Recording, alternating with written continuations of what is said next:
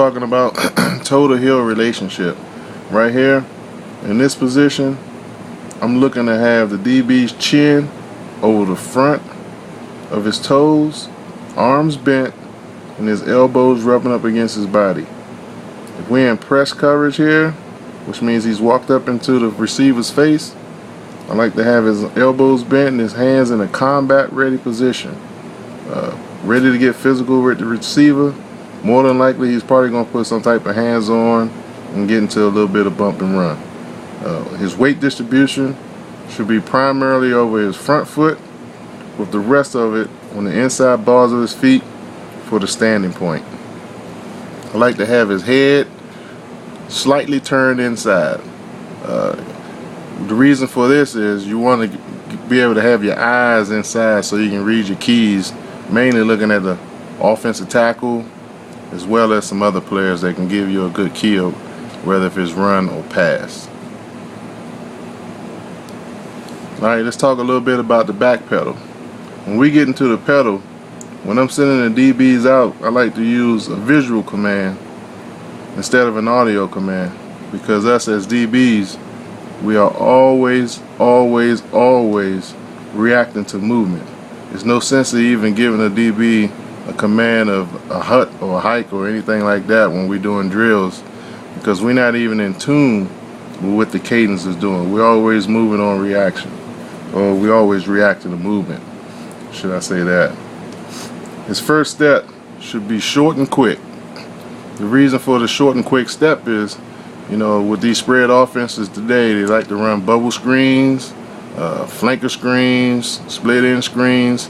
With that short step, that allows us to make a quick movement and break on the ball, hopefully to tackle it at the line of scrimmage, or make a tackle for loss. But with that short step, that gives us a chance to make a burst and make a play on the ball. Also, the first 3 steps are deliberate and slow. The reason for this is we like to slow back pedal through the 3-step.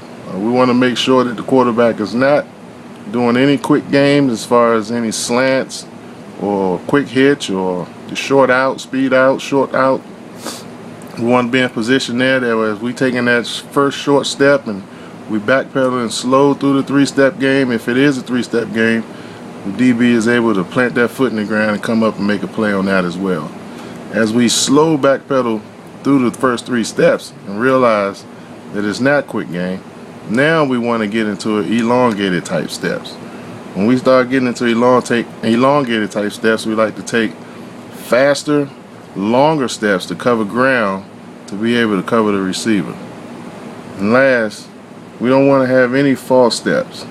False steps as a defensive back will get you beat over and over again.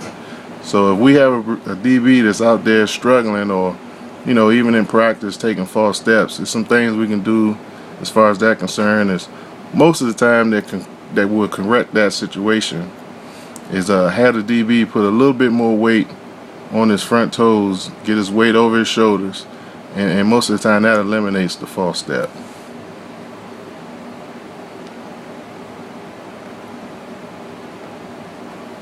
Open technique. This is a good technique also. This is probably the most important technique for a defensive back. You want to be able to transition and open on a 45-degree angle. The reason for opening on a 45-degree angle, you like to get back so you can cover the deep ball as well as cover the outcuts, the curls, and things of that nature. This would be a drill that we will practice every day, all year long. Because this is, like I said earlier, this is one of the most important transition the DB has to make. Coaching point on this: you always want to point a foot in the direction that you are heading. In order to make that transition, you need to hike 1 foot up.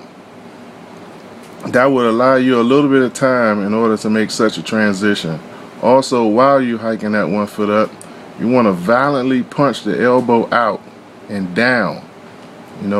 By doing this creates an explosion and a burst to change directions to get out of that back pedal. The drive technique. Sticking the foot in the ground. That's one of the key things in order to make this transition. You have to quickly stick that foot in the ground, and once the DB sticks that foot in the ground, I like that violent arm action by pumping the arms tightly by the body and try to get his feet working as fast as possible. Once you stick that foot in the ground, to try to create a little bit more momentum going forward or changing any type of direction on an angle, try to get those arms pumping violently by your side so he can keep his elbows close to his body as he's sticking the foot in the ground. It's the drive technique. We'll show a little bit of video on that a little bit later.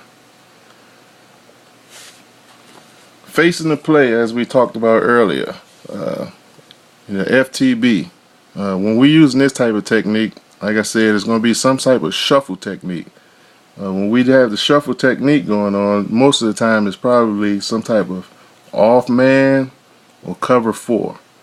Using this technique, we like to have the butt to the sideline, so he's really got all his eyes and